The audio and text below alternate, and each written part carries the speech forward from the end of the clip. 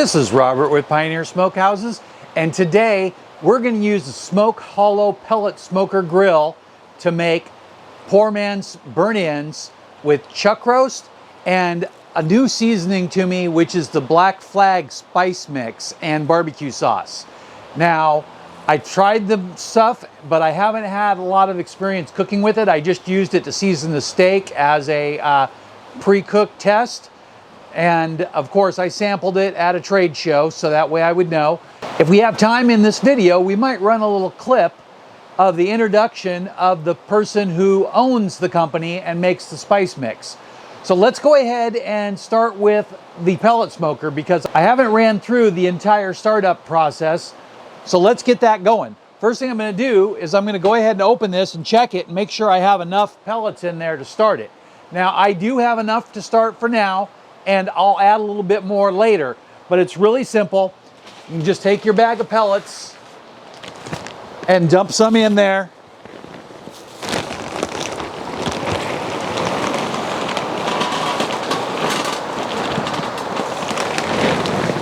Now I just poured a little bit in, just as an example, but I'm gonna keep an eye on it because being next to the creek, I don't wanna leave too many pellets in here in case it gets really humid.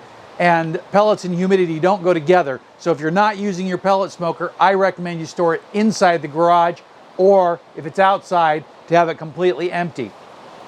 The only downside to that is in a larger pellet smoker, it takes a long time to light it. So after we've checked the pellets, the next thing that we'll do is we'll go ahead and open the lid. This lid needs to be opened during the startup process. I'll flip the switch on and then set it to smoke. Immediately, you'll hear the motor turn on and the fan and everything that goes with it. Now, we just sit and wait. I recommend that you don't stand next to the pellet smoker when you're waiting, because as it fires up, it's going to smoke a lot. And as soon as it starts to do what I call roaring, which is where you can hear the fire burning like a jet engine, that's how you'll know it's ready. Next thing we'll do while we're waiting for that is we'll go ahead and we'll move on to the chuck roast.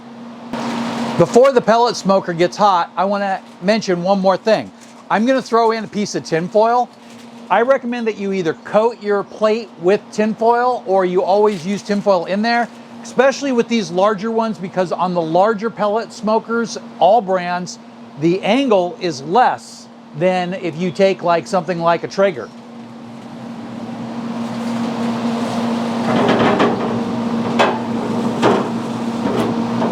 Simply remove the grill, place the piece of tin foil down in here,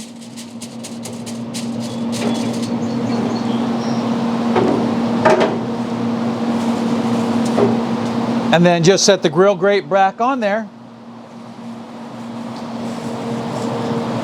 and that'll catch most of the drippings and prevent it from sticking in there. And then you can simply grab the piece of tin foil and just throw it into the garbage when it's cool. We can see the pellet smoker starting to smoke and getting lit up. So now we have a small chuck roast here, and this chuck roast is 1 pound. It was actually a larger chuck roast that was on sale, and so I went ahead and cut it in half. Now, normally if I was doing amount of burnt ends for a party or something like that, I would use a lot more chuck roast, but just for myself and the household, there's only 2 of us here, so I really want to keep it to a small size, and this is what we can eat within reason. With a chuck roast, usually there's not a lot of trimming going on. If you want to break out these kind of layers of gristle, you can trim that down and save that for something else like chili or something. But I just like to just go ahead and cook it like this and eat around it. I went ahead and reused an empty spice container. This one happens to be onion granules, so I went ahead and made sure it was completely cleaned out. If you rinse it out and dry it a couple of days beforehand, then it'll be great. I put that Black Flag dry rub and seasoning mix in there, and it is a little hard to get in there because there's a lot of brown sugar, and brown sugar tends to clump up, but then you can just kind of shake it up real good. I'll go ahead and season the meat, and then I'll show it to you. So we'll just sprinkle it on all the way around. And I've already coated it once, and then we'll continue to coat one more time.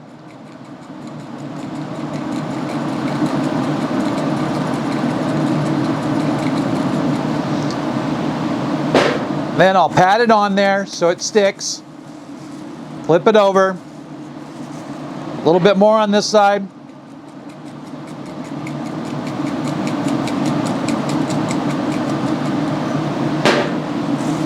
Pat it on. Check the edges. Because it's thin, I don't like to put too much on the edges. Just run it around a little bit on the edges on the plate so that way it picks up any extras. These sides actually got pretty good because they're kind of beveled a little bit. And then here we go. Because it's beef, I don't mind doing it 15 minutes ahead of time before we're ready to put it on the smoker. If it were pork or poultry like chicken, I would preheat the smoker before I took this out of the refrigerator and started the seasoning process. Set this aside for a second. And the smoker is going right along. I'm going to put the microphone down here so you can hear it clearly.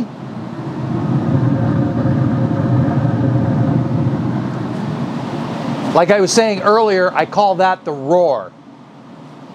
So next thing I'm going to do is I'm going to go ahead and set the grill mat in there. Now the piece of tinfoil is in there, and I'm going to set the grill mat directly over the tinfoil. And then when I place my meat, I'm going to set it towards the center, but just on the tinfoil section. We'll go ahead and do that real quick.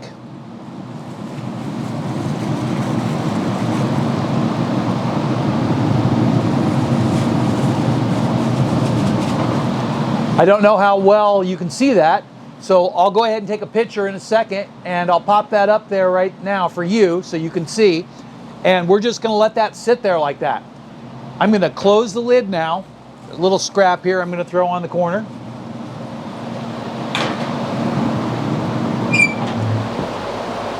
And then I'm going to set my temperature.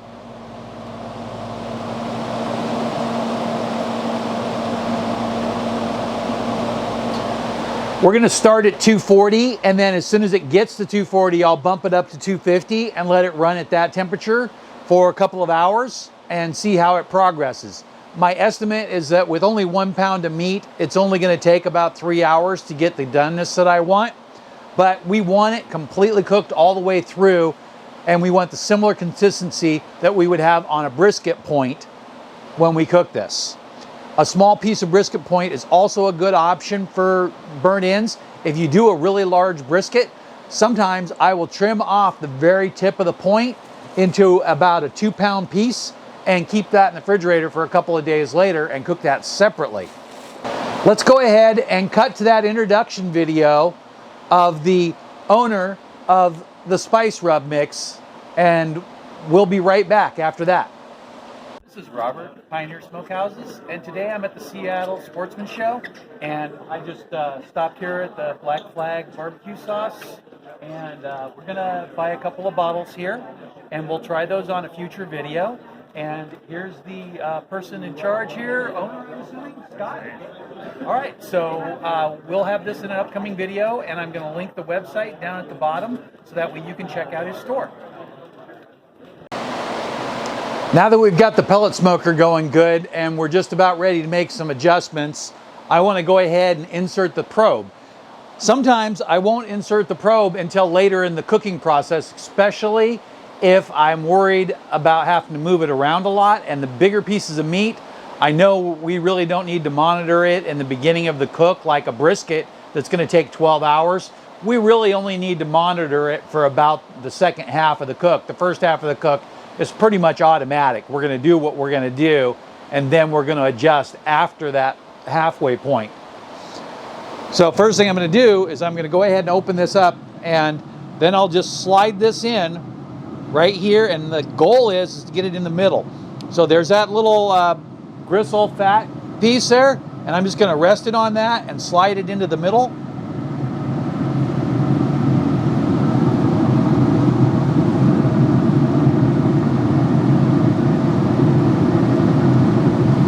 Now this is going to get hot, so if I need to adjust it, I'm going to need to wear gloves from this point on. And this is my standard Thermal Pro 2 probe wired thermometer, and I really like this thing. I'm going to turn it on. Currently the probe is set to 187. I'm going to go ahead and turn that temperature up to 195, so that way the alarm doesn't go off prematurely. It's got a magnet on the back, so I can just set it right here and it's not going anywhere. And then I make sure that the wire is dropping down somewhere in the front. Now this smoker has a gasket added. It's not necessary. If you do put in a gasket, I recommend just putting it around the top half of the door and don't bother with the bottom half. The extra air will not hurt anything, and a little leaky smoke is not going to kill you. Some smokers will benefit from having the gaps and getting a little bit better airflow than they normally would have. A modification possibility for a smoker like this would be to add an air intake on the bottom. However, because they're blowing forced air through the pellet burner, it's not absolutely necessary, and this one appears to have really good ventilation and really good airflow. Now we're going to let this run for about 2 hours, and I'll periodically check on the pellets and on the temperature. If the temperature gets moving too fast, then I'll adjust it. Currently we are setting this on 250 degrees, but we want to slowly creep up to that. So set it at 240 and then slowly adjust it up a little bit, so that way the pellet smoker doesn't run past 250. We'll be back in 2 hours for me, a couple seconds for you.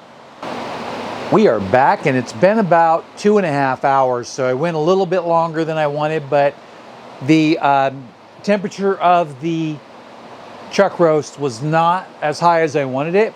So we're at about 156 right now. I'm going to go ahead and open this up and we're going to take a look at it. Oh boy, it looks beautiful. First thing, remember, we're going to go ahead and pull out the temperature probe, but remember that you need a hot glove for that. And I'm just going to show this to you real quick here. This looks beautiful. Look at that. That looks great. So I'll go ahead and flip it back over. And we're just going to take a little piece off of it right here on the little edge here. I'm going to show you that. There we go. And I'm going to eat it.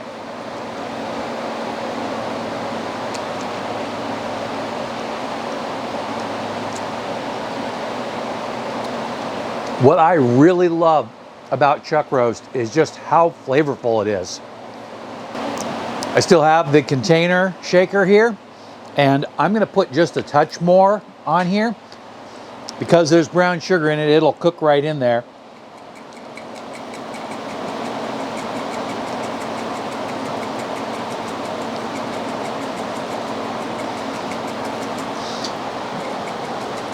On there, a little pat down.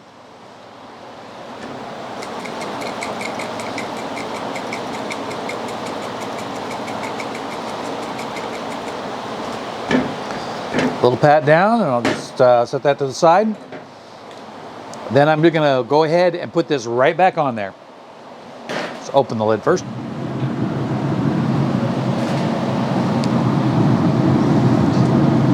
Put it right there in the same area. And then close it down. It's nice, I can check and see that where I put the tin foil, the juices are dripping down on the top edge of that and then just kind of running down a little bit and drying up. So it's not running all over the place and making a huge mess in my smoker. I really want to do whatever I can to reduce the headaches of the cleanups from big messes. So just, you know, regular cleaning, wiping down and that kind of stuff without having to tear the whole thing apart and clean it all out. Foil trays really help with things like that. For your drip tray, and also just sheets of foil on your flat pans there, and then just fold the edges up to create a catch. If there is a drain hole, you can put it in there and push it up against the drain hole, and then either just take the tip of the knife, or I like to take the back of the knife and just punch it through, so that way it will run down into that drain. But let's go ahead and run this for another couple hours. I'm gonna put the probe back in there in a second, and just like I did before, and try to get it right in the middle, so that way we get a real good idea of what that temperature is. We're gunning for about 195 here. And if we get it to 185, we can cut there, but we'd like it a little bit higher than that. So I'll see you in a second. So we're up to 180 degrees right now, and we're running a little bit longer on time than I wanted to, so I want to be able to eat in about 45 minutes. So now is a perfect time to go ahead and pull that out. It will be a little firmer than some of your burnt ends, but I think it'll be just fine. Remember, glove.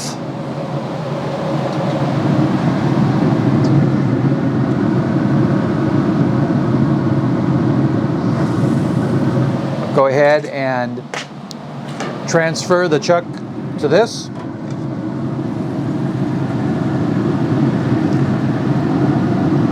I'm just going to set the grill mat off to the side for right now. First thing I'm going to do is I'm going to turn this up while we're working on that. So the target temperature now is going to be 350 to 375, and we're just going to go ahead and I set it at 360 for right now, and when it gets up to full temperature, then we'll be able to see. I want to show you this so you can get a good look at it. Nice bark starting to form there. I'm pretty happy with that. And then I'm just going to slice it in some small bites. Now I'm going to try to remove some of that cooked fat out of there now. So I'm going to hold this up to the camera so you can see a few of these pieces and get an idea of what we're talking about here. Keep a couple of these with the bark towards you so you can see that.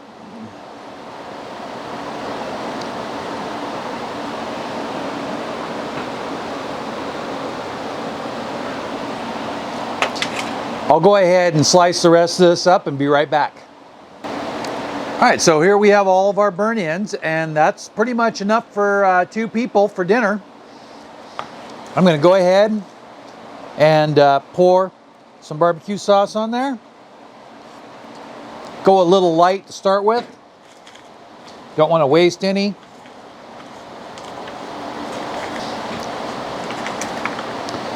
So I have this evenly coated. And now I'm going to add just a touch more right in the center.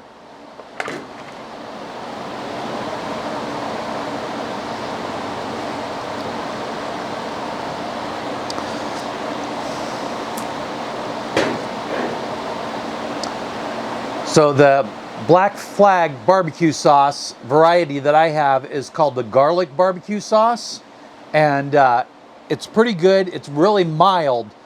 So the garlic is just kind of like in the background. It's not bitter or sharp or anything, but that is real tasty. And I have sampled it, so it's not the first time. It's got a little bit of spice to the back end, but no real kick. I'm gonna check the barbecue grill and make sure that it's clean, so when I set this down, it doesn't tear up the foil pan. You set it on a dirty spot, it will tear it up pretty good.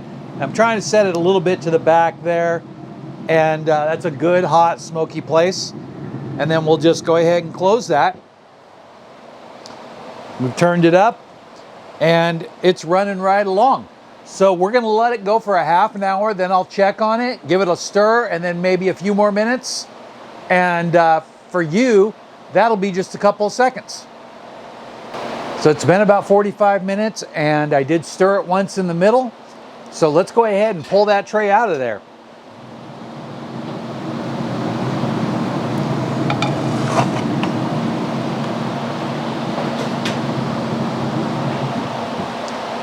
Now I deliberately run this thing down as low as possible, so it's almost completely out of pellets now. All I need to do to turn it off is to turn this dial down to 0. It'll show off, and then what'll happen is the fan will keep blowing for 5 minutes to make sure that it burns up all the pellets inside the pellet tray, and it won't add any more pellets to it. Now I'm looking here, and I'm just going to go ahead and show this to you real quick so you can see it.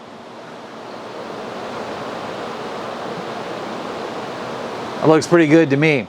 Now, I like my meat just a touch firmer than a lot of people. Like when some people say how great their brisket is, a lot of times to me, it's just overcooked. So here, you can see it has a lot of give, but it's still firm.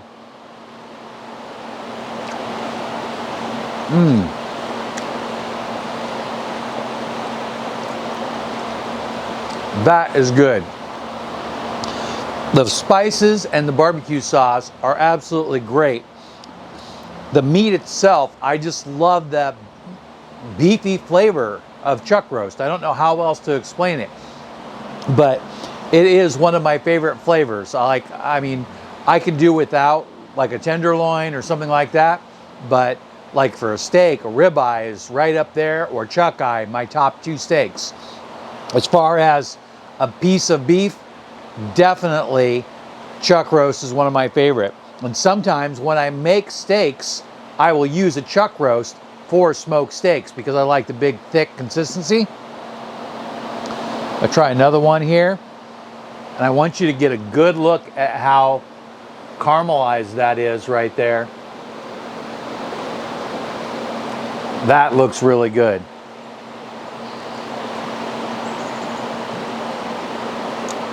It's not burnt at all.